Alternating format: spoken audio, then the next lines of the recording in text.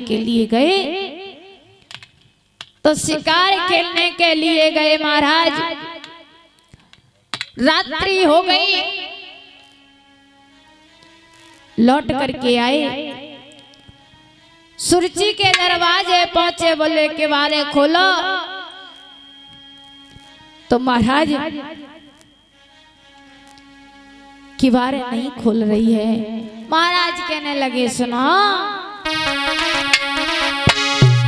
के किवाड़िया खोल दे महारानी, किवाड़िया खोल दे महारानी।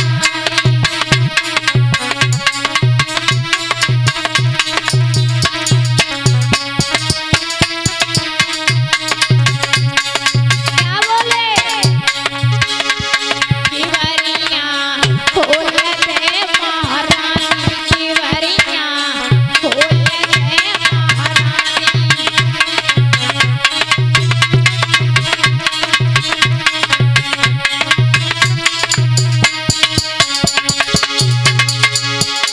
अरे सारे दिन को आरो थको जू, सुन ले मेरी महारानी, किवाड़िया खोल दे महारानी, किवाड़िया खोल दे महारानी।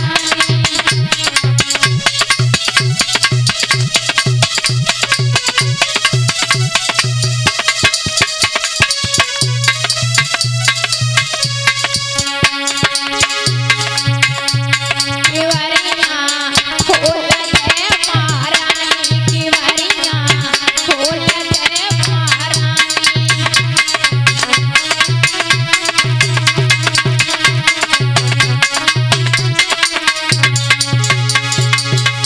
महाराज जैसे कहा कि किवाड़े खोलो, महाराज सुरची ने नई आवाज लगाई। तब तक महाराज को बड़ी रानी की याद आई।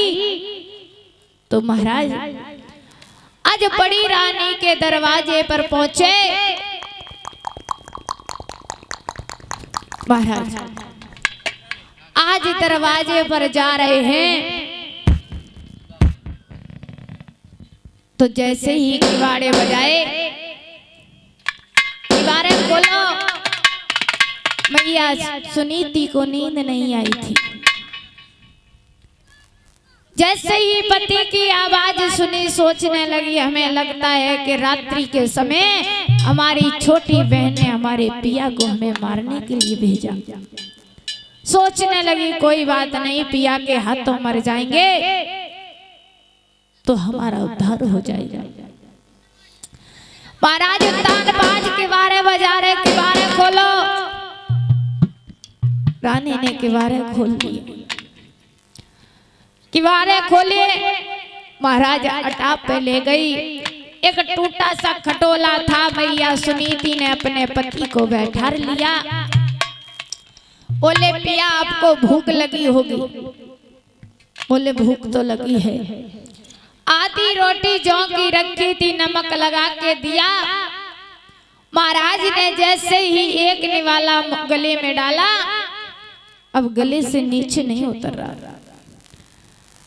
महाराज की आंखों से आंसू आ गए। बोले रानी हमारे गले से एक निवाला नीचे नहीं उतर रहा और तुम ये भोजन कैसे करती हो।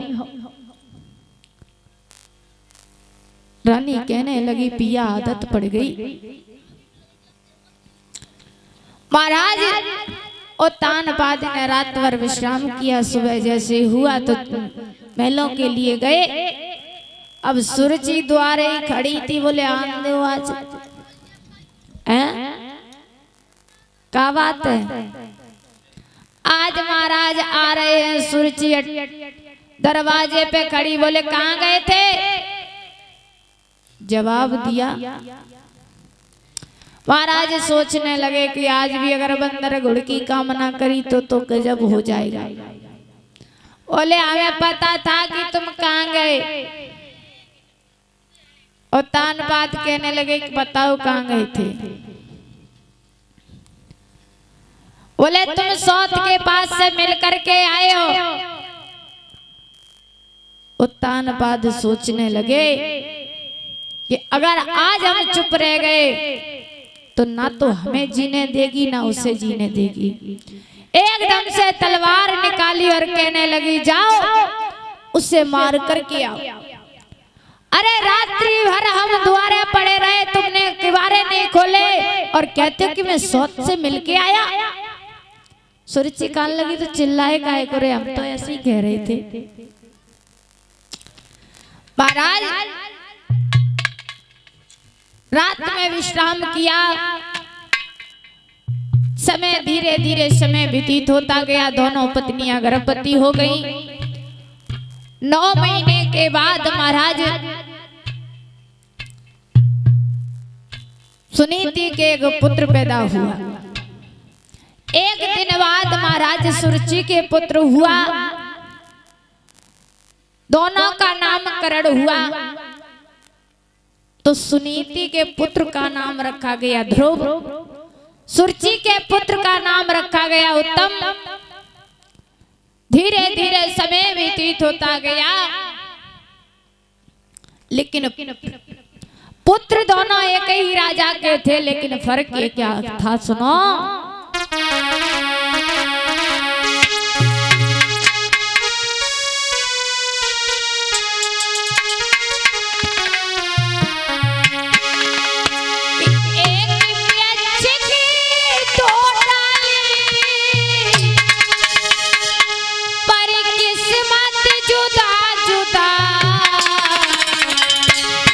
एक डाली जाए हवन में, एक से जल रही चिता। एक डाली जाए हवन में, एक से जल रही चिता। क्या बात है, जय हरि।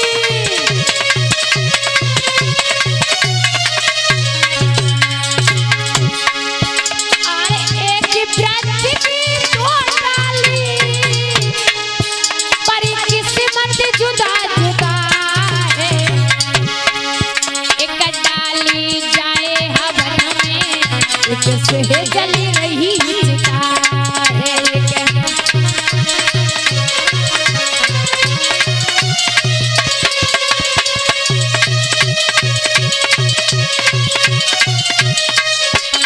और एक वृक्ष की 2 डाली पर किस्मत जुदा जुदा। एक डाली जाए हवन में, एक से जल रही चिता। और सुनो